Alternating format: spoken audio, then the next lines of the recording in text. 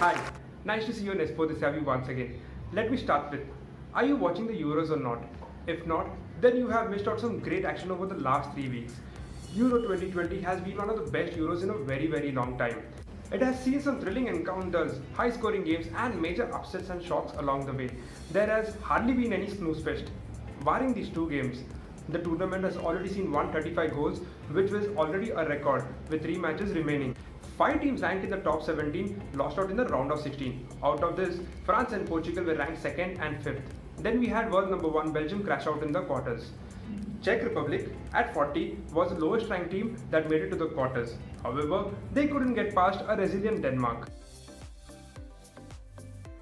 Looking at the semi-final lineup, the first semi-final will take place between traditional powerhouse Italy versus the most successful European team this century, Spain. Spain and Italy initially won the competition in consecutive editions way back in 1964 and 1968. But then the golden generation of Spain did the double in 2008 and 2012 to add to the tally and be on par with Germany with most Euro wins, 3. But Spain has been the most unpredictable top side this tournament.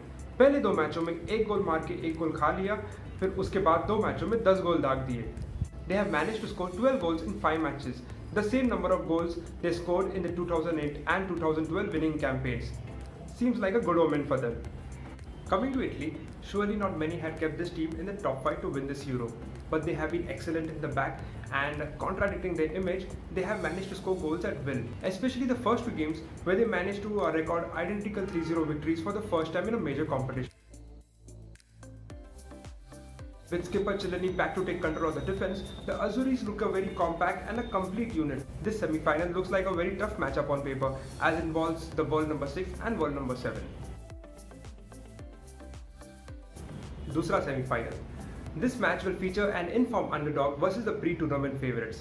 I call it the battle of the red and white crosses.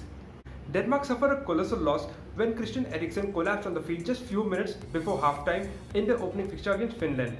And when the team resumed play, they were clearly off colour. Finland took advantage of this mental state and slotted him the first ever goal in the major tournament. Next match, the Danes were up against Belgium. They started off brilliantly but eventually lost the match. Then in the third encounter against Russia, they ran riot and secured a place in the knockouts.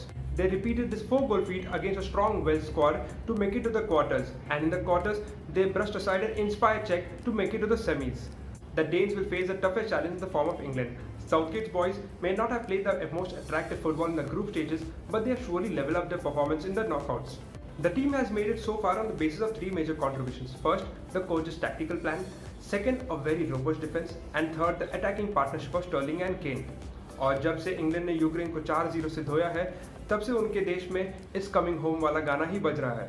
Denmark are aware of the enormity of the task ahead as they have to find a way past England, who have not yet conceded in this Euro. Meanwhile, England are the only semi-finalists who are yet to win a Euro, and this gives them extra motivation going to the next match.